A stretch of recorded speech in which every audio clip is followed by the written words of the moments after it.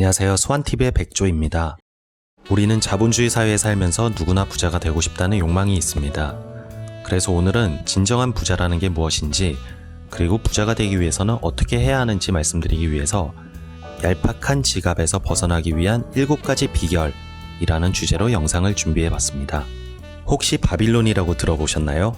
바빌론은 고대 메소포타미아에 있는 고대 도시로 고대 세계에서 가장 풍요로운 도시였습니다.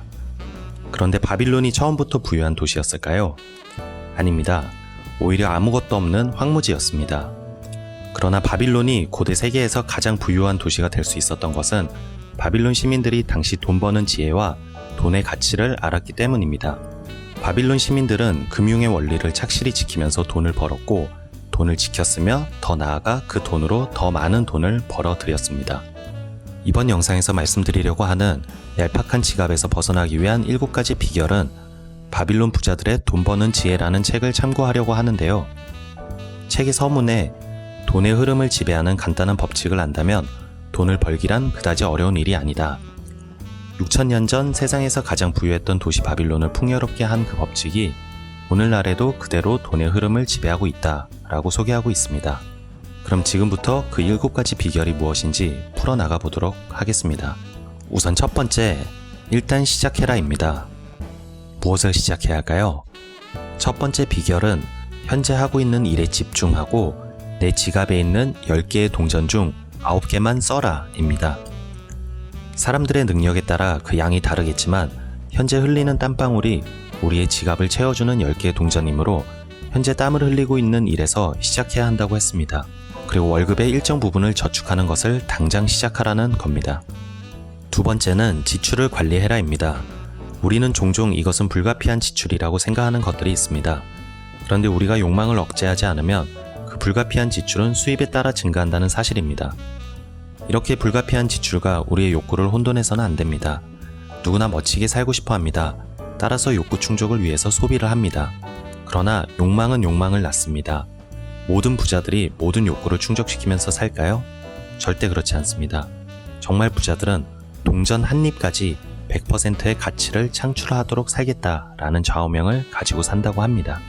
저축의 핵심은 지출을 통제하는 것입니다. 수입의 90% 내에서 예산을 짜십시오. 그 범위 내에서 반드시 필요한 것을 구입하고 남은 돈으로 삶을 즐기십시오. 이것이 나의 지갑을 두툼하게 해주는 두 번째 비결입니다. 세 번째는 돈을 굴려라입니다.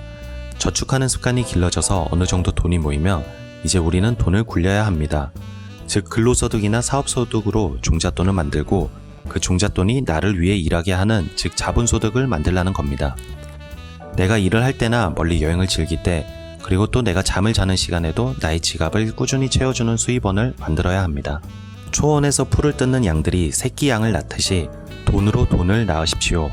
이것이 나의 지갑을 계속해서 채워줄 세 번째 비결입니다.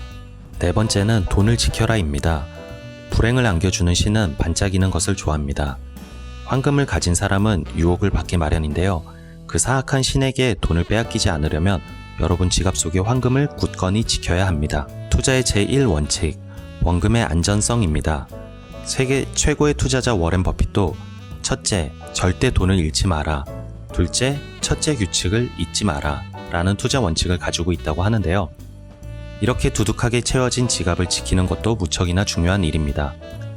원금을 안전하게 지켜줄 곳에, 언제라도 원금을 회수할 수 있는 곳에, 또한 적정한 이자를 확실하게 보장받을 수 있는 곳을 찾아 투자하십시오. 그래야 나의 돈을 지킬 수 있습니다. 그리고 현명한 사람에게 조언을 구하십시오. 해당 분야에서 충분한 경험을 갖춘 사람에게 조언을 구하십시오. 그들의 지혜로운 조언이 나의 돈을 지켜줄 것이기 때문입니다. 다섯 번째, 당신의 집을 가져라입니다. 집과 땅을 사들일 돈이 없다고요? 물론 한 푼의 돈도 없다면 곤란하겠지만 여러분이 가족을 위해 공간을 마련하는 데 필요한 액수의 적정한 몫을 준비해두고 있다면 어떤 대금업자라도 부족한 돈을 기꺼이 빌려줄 것입니다. 간혹 어떤 분들은 대출을 받기 싫어하시는 분들도 있습니다.